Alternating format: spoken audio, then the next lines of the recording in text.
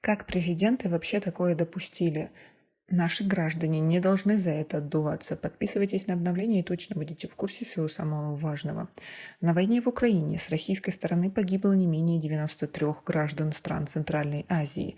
Такие цифры приводятся в расследовании русской службы BBC.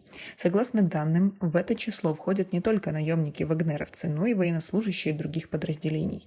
Материал BBC посвящен трудовым мигрантам, которые попали на войну из российских тюрем, где их вербовала частная военная компания ЧВК «Вагнер».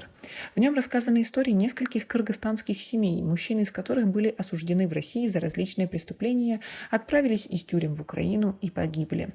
По данным издания, среди погибших 19 граждан Кыргызстана, 34 гражданина Узбекистана и 40 человек из Таджикистана. BBC отмечает, что трудовые мигранты из Центральной Азии едут на заработки в Россию, чтобы прокормить свои семьи, заработать на собственный дом и вернуться на родину. В России они часто берутся за тяжелую и плохо оплачиваемую работу, которая не находится искателей среди местных жителей. После начала полномасштабного вторжения России в Украину трудовые мигранты из Центральной Азии оказались востребованы и на войне.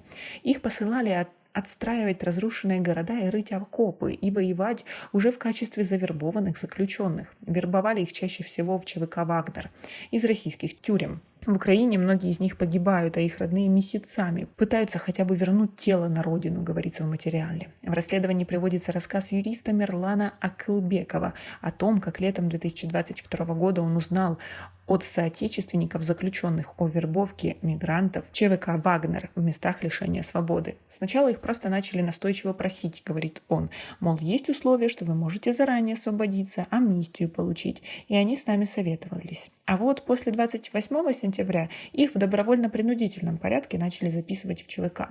В начале октября позвонил из места заключения наш клиент. Он нашел кредитную карту, сходил с ней в магазин, купил продукты, и за это его осудили на 4 года за кражу. И сказал, что когда приехали вербовщики, заключенных разделили, отделили всех приезжающих – кыргызов, узбеков, таджиков – в отдельное здание и требовали, чтобы они подписывали контракт. А аргументы были такие: вот, вы бесплатно здесь едите, а надо отрабатывать. А отрабатывать как? Надо съездить на войну, а по возвращению, мол, мы амнистируем вас, и вы будете на свободе. В расследовании также приводится история одного таджикистанца. В апреле с русской службой BBC связалась семья Сулаймона Исломова. Он сообщил, что вместе с подельниками Сулаймонов совершил 2 ограбления в 2012 и в 2016 году. Сначала обокрали индивидуального предпринимателя, а потом по наводке знакомого пришли домой к женщине, которая занималась скупкой ювелирных украшений. В 2017 году Сулейманова приговорили к 10 годам колонии строгого режима и отправили в ИК-4 в Медыни. В сентябре 2022 Сулаймон позвонил родным и сказал, что едет воевать. Сейчас в учебке, все нормально, жив-здоров. Пересказывает разговор с Сулаймоном его брат. Контракт наемника истекал в феврале. В марте семья могла добиться ответа от ЧВК. Им сообщили место захоронения Сулаймона – кладбище Вафляново. В ответ на запрос русской службы BBC о том, как семьи могут забрать тела погибших наемников, Евгений Пригожин через пресс-службу ответил, что все бойцы ЧВК «Вагнер», которые погибают на СВО, хоронятся в строгом регламенте с правилами компании. Какие-либо подробности для враждебной нам BBC я не считаю целесообразным раскрывать. Через сутки после запроса BBC родных Сулаймона вызвали в офис ЧВК в Москве, выдали 5 миллионов рублей наличными, награды и документы наемника. Еще через несколько недель тело выкопали из могилы Вафрянова и погрузили на борт, вылетевший в Душанбе. Сообщения о вербовке в ряды ЧВК «Вагнер» и гибели заключенных российских тюрем уроженцев Центральной Азии на войне регулярно появляются в региональных СМИ. На сегодняшний день, в частности, известна информация о 10 таджикских заключенных, отправленных на войну против Украины и погибших там. Тела 6 из них были отправлены в Таджикистан. Официально сейчас точно неизвестно, сколько заключенных граждан Таджикистана в России участвуют в российско-украинской войне и сколько из них погибло. Российские власти не предоставляют никакой информации, а власти Таджикистана не обнародуют статистику заключенных таджикских граждан в России. Может, ее у них даже и нет.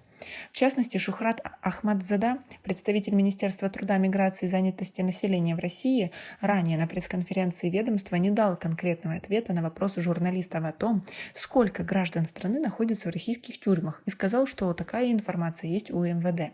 Глава МВД Таджикистана Рамазан Рахимзада на пресс-конференции также сказал, что у них нет такой статистики. Генеральный прокурор Таджикистана Юсуф Рахмон 17 февраля по этому поводу сказал, что статистика заключенных таджиков в тюрьмах России неизвестна.